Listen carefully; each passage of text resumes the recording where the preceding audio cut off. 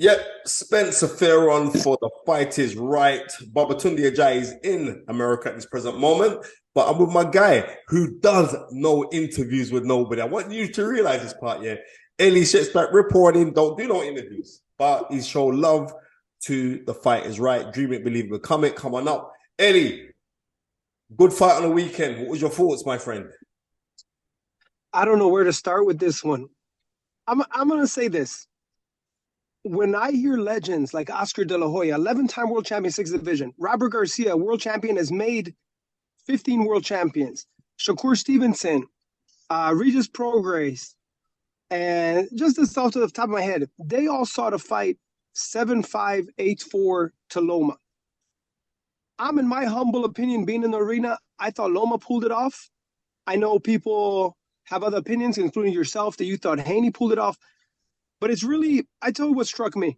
So I'm leaving the venue and fans come up to me, and I interview everybody. I don't, some people just like to interview superstars. I like to talk to people.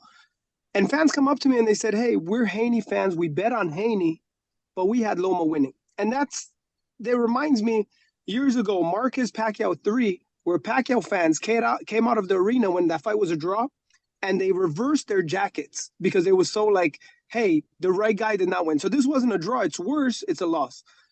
So in the arena, people were booing the decision, and you're in Devon City, in Devon's territory. But it's boxing, and it's very frustrating for me because I love the sport, and it's not Devon's fault. It's not his dad's fault. I really didn't like that someone threw a bottle at Bill. I thought that was really messed up What? because it's not their fault.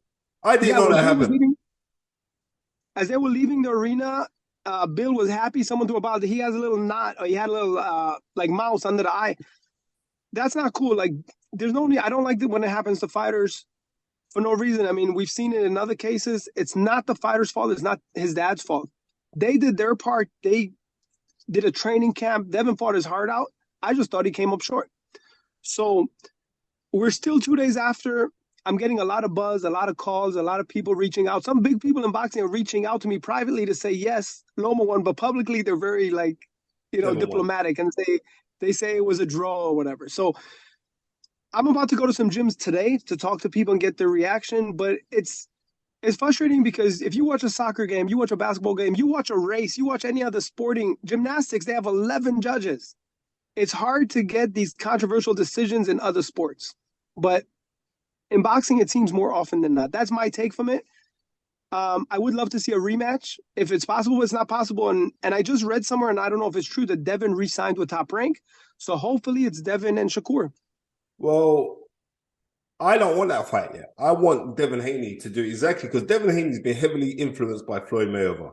And when people thought that Floyd Mayweather came out second best in the Castillo fight, I remember watching that fight as a, what was that? What was that 2002, I think? And I remember watching that fight. And when I was watching that fight, George Foreman called that fight for Castillo. George Foreman was the person that spoke his mind, right? And if that is the case, and you've been heavily influenced by Floyd Mayweather, just to your soul and everything else, and like the blueprint to get the money is actually watching money, right? I believe you should run it back. No ifs or buts. Run that back. I think he'll be in a better position now. I scored the fight for him by 2 rounds. But it's different from when you're indoors, from when you're at the arena. It's totally different. You watch many fights indoors, and when you watch them, it's a different fight. I thought Yeah, I'm sorry. Go ahead. the commentary was heavily biased for Lomachenko, right? So I'm watching in the UK, but I had Chris Algieri, and then also it was heavily biased. It was heavily biased for Lomachenko. Like certain the good work that I saw Devin do wasn't being accounted for by the commentators, but it's different.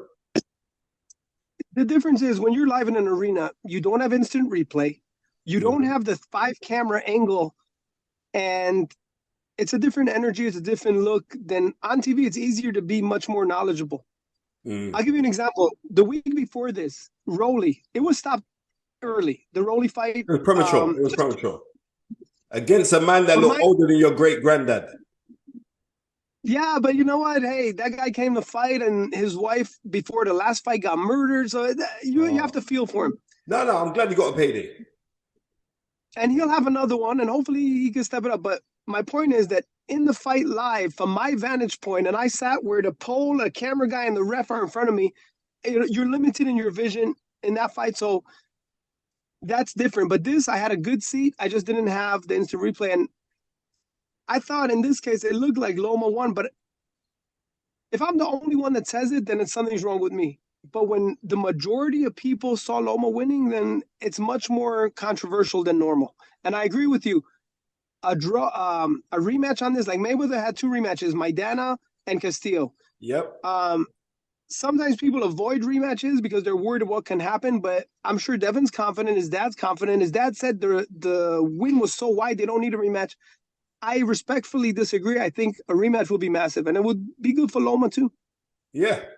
I believe that a rematch should take place.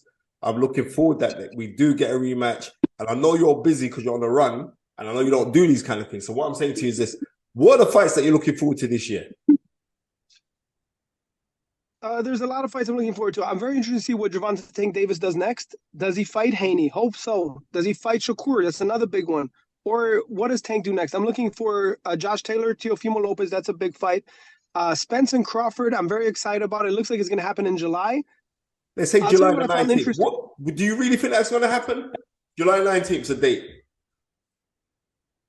I'm not sure. I heard the 22nd. I heard the 29th. But Okay. I spent time with Spence in Dallas a week ago, I and saw he that. told me that they've been talking on the phone more than often, which is a good sign. But I'll tell you what's a bigger sign to me. PBC on Twitter posted a picture of Crawford very positively. They've Okay. never posted him before. So if you go on their Twitter or PBC, that's a hint. So I hope the fight happens. I might see Crawford first thing next week or his team, and then I'll have more information. But that's a fight I'm looking forward to. I'm looking forward to Canelo and Bivol or Bivol Bitterbayev or any of those mix. Looking forward to David Mm. Benavidez. I want to see what he does next. I know Tyson Fury said the other day, and Tyson Fury is a comedian. He said that without him, boxing is terrible. Boxing, we're getting great fights. We had Tank and Ryan. Benavidez Plant was great. I think we've had a lot of great fights. Katie Taylor this weekend wasn't her best night, but it was a big fight. But it was an incredible fight. Props to Chantel Cameron, who was my pick. I picked her. I know Chantel's people very, very well. I know her trainers very well. Jamie Moore, Nigel Travis. That was an incredible win for her, and they're set for a rematch. Those two. So I think the same thing will happen. And it's nothing against Katie Taylor. She's been a fantastic ambassador for boxing, let alone female boxing. She's been a fantastic ambassador for boxing. How she carries herself, really, really decent young lady. But you know what? Hey, she came up second best. And here, let me ask you a question. You have a lot of obviously a very rich background in boxing. If you have a fighter that's losing bad 11 rounds, got dropped twice, do you stop the fight? You let him in going for one more, and then he gets knocked out. Where you're worried about his safety and his life. I'm talking about one of the undercards for Loma and Haney, Nakatani against. Nakatani, that kid should have been pulled out. Bottom line, he should have been. But you know what? It's easier said than done because when you know your fighter, in a relationship with your fighter, but then sometimes with trainers, they're very vicarious. They live through the fighter.